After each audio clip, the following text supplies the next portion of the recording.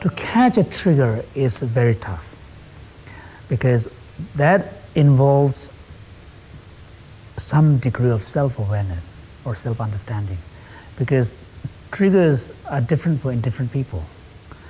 And also something that may annoy me so much may not annoy my wife, you know. I mean, it's just, what a big deal, what is the big deal here kind of thing.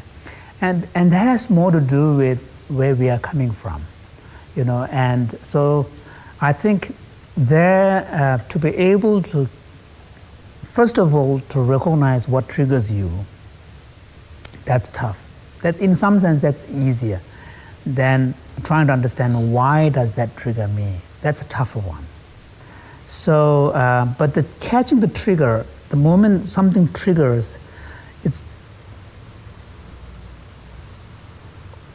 although we may not know why certain things trigger, but when you feel something is triggering, that you can catch. But that also is tough.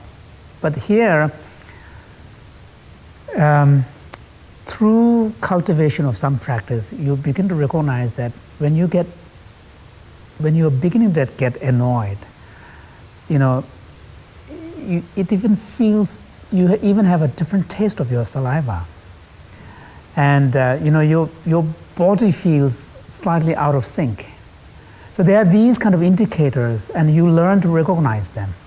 You know, sort of you feel kind of slightly disoriented. You feel not in yourself. And you can sort of, you can catch these indicators.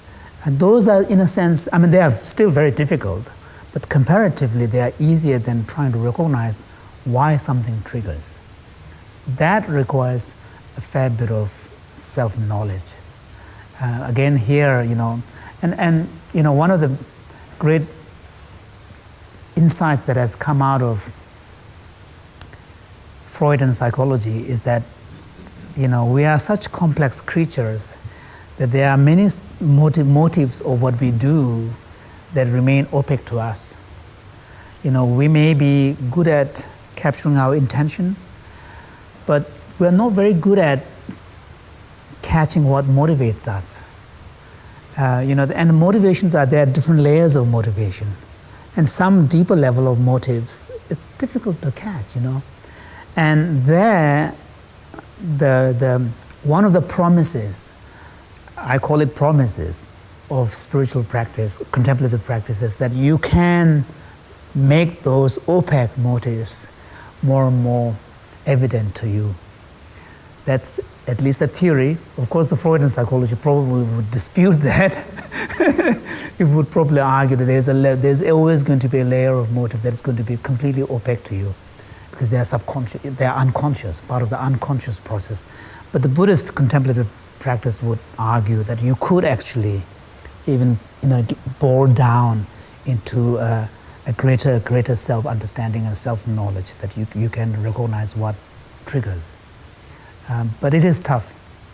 But I mean, for us, ordinary mortals, just being able to catch when the trigger happens, that in itself is a great liberation.